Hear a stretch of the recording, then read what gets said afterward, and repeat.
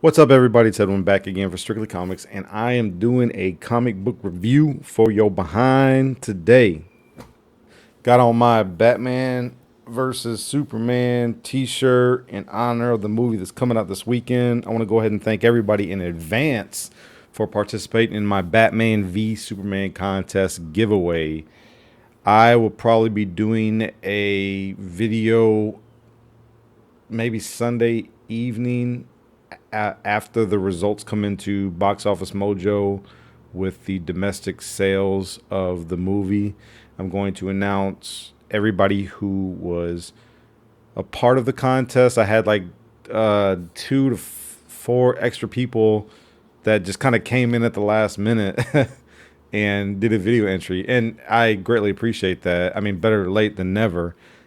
I had so many people, a lot more people that participated in this contest than my 100 sub contest like a couple years ago. And anyways, it was great. I think I had about 14 or 15 people that participated this time, and I'm very, very grateful for your participation. That being said, let's go ahead and get into this comic book review. I'm going to be reviewing Teenage Mutant Ninja Turtles issue number, sorry about the glare, there we go, issue number 56. So, first I want to say Mateus Santolouco is back, and thank you, Jesus, because my God, I was this close to dropping TMNT because the artwork was just so horrific, and I feel like I could have saved myself $20 over those 5 months in which Mateus Santolouco was not here. Not a whole lot had developed with the story at the time. Like, I would have missed out on some things, but I really felt like I could have done without it. That being said, you know what? Let's wait to my conclusions for you to hear my gripe about this book before I go into what I probably will end up doing in the future from here on out. Now, there is another artist on board which does some flashback pages of Leatherhead. You get like an origin story of Leatherhead. You get the first appearance in IDW comics of Leatherhead. Now, I must say I like this version much better because I think Leatherhead appeared in the Archie comic books back in the late 80s.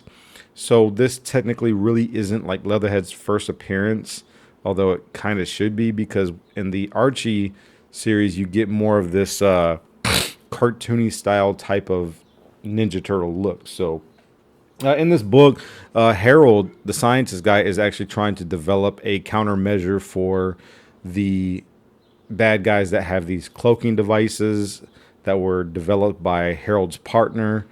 And the turtles kind of struggle a lot with this new enemy because they can just kind of phase out and make themselves transparent, but yet you can't hit them, but they can hit you. So Harold is kind of working on a countermeasure for that. A few other things are also, you also see the assassin that tried to go against Splinter and the Turtles back in issue number 52. He has kind of been demoted and disciplined by Splinter, but yet he's still a part of the Foot. Splinter kind of gives him like an assignment, and his assignment is basically to protect or to guard the Shredder's tomb. Doesn't say, Splinter doesn't say why, but we're told that he is to guard the Shredder's tomb. Kind of interesting because I think anybody can guess that Shredder will eventually probably end up coming back. Something interesting here, you see this panel right here. Fungatoid, the robot, actually summons the turtles to Bernal Island. Bernal Island is the island in which the Technodrome was on. It was being built there, but over, I can't remember why. I don't know if it was the battle they were fighting or if it was just the presence of the Technodrome and the Ultron, the Krangs, causing the atmosphere to be toxic and uninhabitable by really anybody. So the turtles have to kind of keep these masks on, breathing the entire time that they're there. But they're summoned by Fungatoid because Fungatoid has the rest of these Utroms. Man, like, I don't know how to say it. Utroms, whatever you want to call them. The rest of the, I'm gonna just call them Krangs. Let's just say that the rest of these Krangs, there's a whole bunch of Krangs. Krang, the original brain, he isn't like the only one. There's a whole bunch of them, and so they're all still in their canisters. They're all sleeping, and but yet they're innocent, so they don't know what to do with them. One of the reasons why they were summoned is because Fungatoid wants to take them and revive them, awaken them, because he considers them to be innocent. They haven't done anything yet, even though their leader Krang is a bad guy. Now, the thing about a lot of these other Krangs is that some of them are scientists, artists, musicians, so on and so forth. So not all of them have this I want to rule the world type of mentality that Krang has. So some of them can be let free, except for one. One in particular, they're keeping asleep because he's so dangerous, and he actually opposed Krang, if I'm not mistaken, in another TMNT book. So that I found to be very interesting. So they end up reviving them and bringing them alive. Like they're out of their coma state and they don't awake. They're still asleep, but they just haven't awoken and come to themselves yet. And they kind of make them comfortable and put them in a different room and so on and so forth, so that when they do awake, they're not just in this like tube. So, yeah, that was kind of cool. Another reason why the turtles were summoned by Fungatoid to Bernal Island is because of Leatherhead. Here's the great panel of Leatherhead right here. Beautiful, beautiful, beautiful page. I mean, he just looks very beastly, just massive, massive, beautiful, beautiful page. But he's summoned, the turtles are summoned to help Leatherhead because Leatherhead was originally a part of Bernal Island as an original alligator. Now, many years back, as we get into Leatherhead's origin story, we find out that these there were these cargo ships that were dumping this green ooze like in the 18th century, and Leatherhead, you can see right here, was just a regular normal alligator when they started dumping that green stuff in there. So Leatherhead has been around for quite a while, but he's just remained on the island the entire time until recently when the environment became inhabitable even for Leatherhead. So Leatherhead needs a new home, and he looks to get help from the turtles, and he wants to go back. He wants to go to New York with the turtles. And I'm like, whoa, really? Alligator in the sewers? The turtles don't like the idea, but they think that they're the only ones who are probably capable of handling him. They can at least keep an eye on him if he does go back to New York with them. So this I found to be a little bit interesting. I won't spoil it, but you know what? Should I spoil it? You know what? Screw it. I'm just going to spoil it. The very last panel, once Fungatoid goes to check on the other Krangs to see if they have awoken or not, he opens the door and finds out that all of their pods where they were supposed to awaken in were destroyed, and all of them were killed. Like, it's kind of a bloody page. Actually, I'll show you real quick. I found it to be very interesting.